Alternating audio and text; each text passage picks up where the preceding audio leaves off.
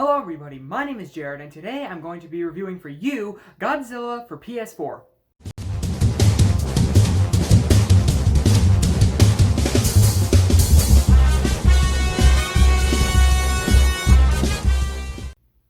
Godzilla, King of the Monsters, quite possibly the most famous monster of them of all time.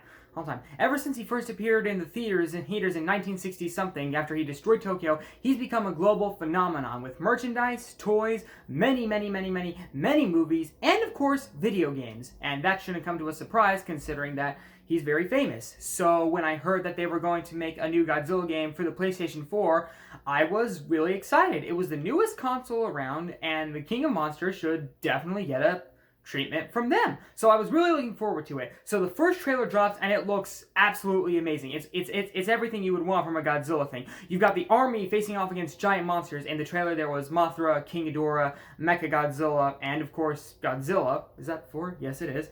It is.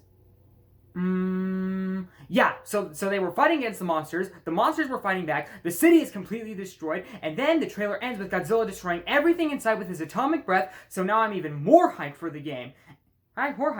So flash forward a few months later, my mom and dad, they are awesome, get me the game, and for Christmas, they also get a PlayStation 4 for Christmas, so I'm super excited. I played the game, and I really like it, but now, I, Jared, am very much older and wiser. I have seen the error of my ways, and now I know that the game is actually a big disappointment. And I mean a really big disappointment. I actually have a lot more negatives with this game than I do positives, so for once, we're going to start with the negatives of the game. To start with the negatives, we're going to start with the gameplay of the game. The gameplay is absolutely boring. Mostly because the monsters move so incredibly slowly. Like that. They move so slow that even when you dash, it doesn't even help at all when you dash, actually. Because when you do dash, the monsters are just going to stop.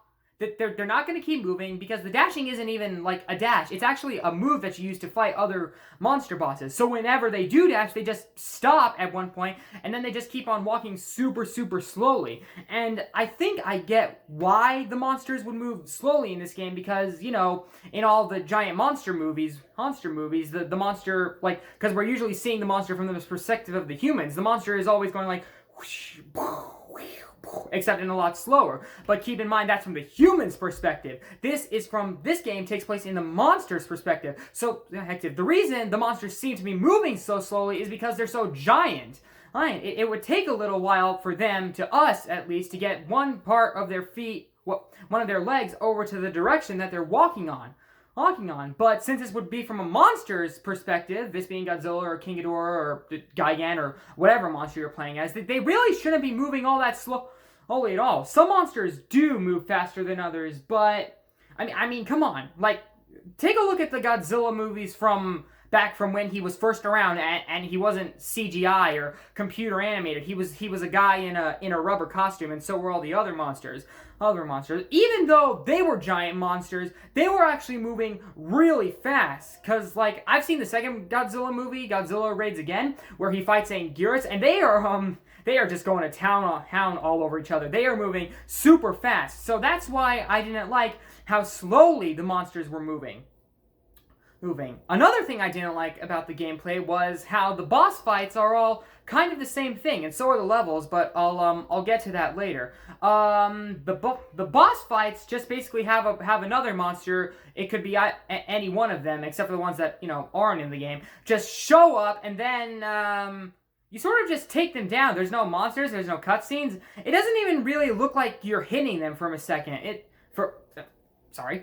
doesn't really look like you're hitting them. It looks like you're just hitting mid-air, which somehow causes the monsters to move backwards, even though the monsters aren't even, you know, walking forwards or using their things. Because sometimes when Godzilla will get hit, he'll go like, ah, but his legs aren't moving, so he'll just get dragged back there, even though he wasn't moving in that direction in general.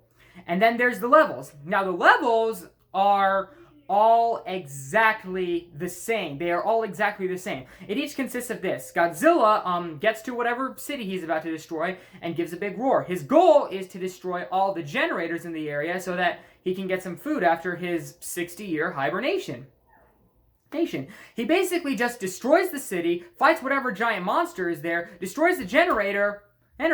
Then, in the next level, Godzilla gets to whatever city he's about to destroy, gives a big mighty roar, destroys the city, fights the monster, destroys the generator, gets to the next level, gets to a city, gives a roar, destroys the building. You get the idea. Every single level is exactly the same. Even with the different maps, it's not fun at all. There's a map where there's no buildings at all, it's just ocean, but it's actually really easy. Some of the maps are actually exactly the same. There are like, I think there's 3 levels in there where they just copied and pasted a level for another level and then just made that level nighttime. It's nighttime. So not only are the levels all the same, but they're also actually pretty lazy.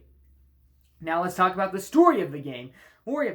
And I thought that the game had a lot of potential for a really good story. I mean, it sounds like it could be leading up to something pretty good. Like, once upon a time, Godzilla destroyed all of Tokyo and stuff, but because of him, he ended up giving the humans G energy, which is his radiation and stuff, which is what they use to power their city now. So now, after 60 years, Godzilla's back. He wants the G energy back so he can feed, and if he gets all of it, there's a huge chance that humanity might as well go extinct. That is an awesome idea for a story. Like, I really would have liked it if we had not only Godzilla levels, but human levels too. If, like, they were going on a mission or something. I mean, I guess that sounds kind of boring now that I say it out loud. But yeah, I would have liked to see this game from the humans' perspective. Because they know that if they don't stop Godzilla soon, they're going to die. So maybe they could have gone with, you're playing on Godzilla for most of the game, you're playing as the humans for some of the game, and you're trying to decide whether or not which side you're on. I mean, you're probably going to choose Godzilla because, come on, it's Godzilla. But yeah, once the introduction is all done, it just goes to the same levels, same gameplay, and the story is completely demolished. Like, you wouldn't even need a story in this game because, it's all exactly the same. Whew! Okay, now for the positives of the game. And I've only got 2, actually. The first positive would be the little information mode, where you can learn about all the giant monsters, and some of them I didn't even know existed, like Manda. You can learn about Titanosaurus, Batra, Godzilla from the Millennium era. Oh yeah, you can also play as Godzilla from 2014, because that's when this game came out, so they added Godzilla 2014 in there, so that was interesting. And then there's diorama mode, where you can put a bunch of Godzilla monsters who have never fought before into a battle and make a story that's a lot more interesting than the actual game itself. Like Destroyer versus Space Godzilla. What would happen if those two clashed? I have no idea, because it's never happened before. And that's what I have to say about this game. It is a huge disappointment, and it's not really, I mean, it is Godzilla, but it's not Godzilla like it should be. You know what I mean? If you want a good Godzilla game, I would recommend Godzilla Unleashed for the Wii, my first Godzilla game. It's super fun. It actually has a story. The combat is awesome, and the levels, they are repetitive, but at least they're actually, interesting. But yeah, the gameplay is boring, the story is a letdown, the movement of the monsters is slow. The only good stuff I found were the diorama and the monster information stuff. So with all of that being said, I'm going to give this game a 3 out of 10. I hope you enjoyed this video. If you did, maybe leave a like, why not subscribe down below, and I'll see you in the next video.